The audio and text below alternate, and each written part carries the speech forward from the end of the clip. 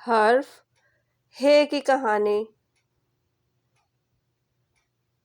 ہے اپنے گھر کے باہر کھڑی تھی کیونکہ آج وہ اپنی امی اور ابو کے ساتھ اپنے دادا اور دادی سے ملنے ان کے گاؤں جا رہی تھی۔ ہے کے دادا اور دادی گاؤں میں ایک خوبصورت حویلی میں رہتے تھے۔ ہے دادا اور دادی سے ملنے کے لیے بے چین تھی، اس لیے جلدی سے حویلی کے دروازے سے اندر داخل ہوئی۔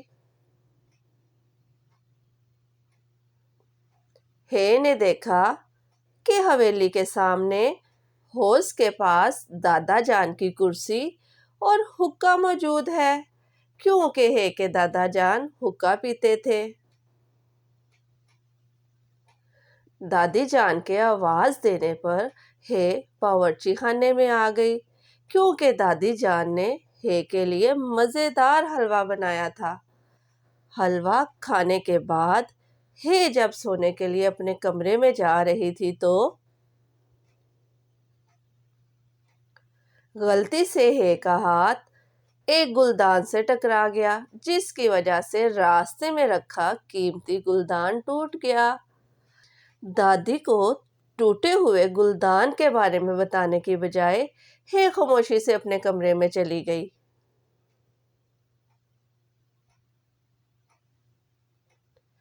جب دادی جان نے ٹوٹا ہوا گلدان دیکھا تو دادی جان ہے کے کمرے میں گئیں اور ہے سے ٹوٹے ہوئے گلدان کے بارے میں پوچھا۔ ہے نے دادی جان سے جھوٹ بول دیا کہ وہ نہیں جانتی کہ گلدان کیسے ٹوٹا ہے۔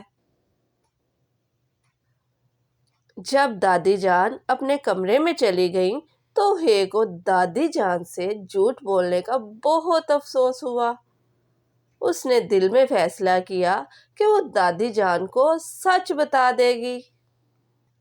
ہے دادی جان کے کمرے میں گئی اور انہیں سب سچ بتا دیا۔ دادی جان ہے کے سچ بولنے پر بہت خوش ہوئیں اور سچ بولنے پر اسے ایک تحفہ دیا۔ دادی جان نے ہے کو بتایا کہ ہمیں ہمیشہ سچ بولنا چاہیے، کیونکہ سچ بولنے والوں کو اللہ پسند کرتا ہے۔ حرف ہے، آواز ہ، حویلی، حوض، حقہ، حلوہ۔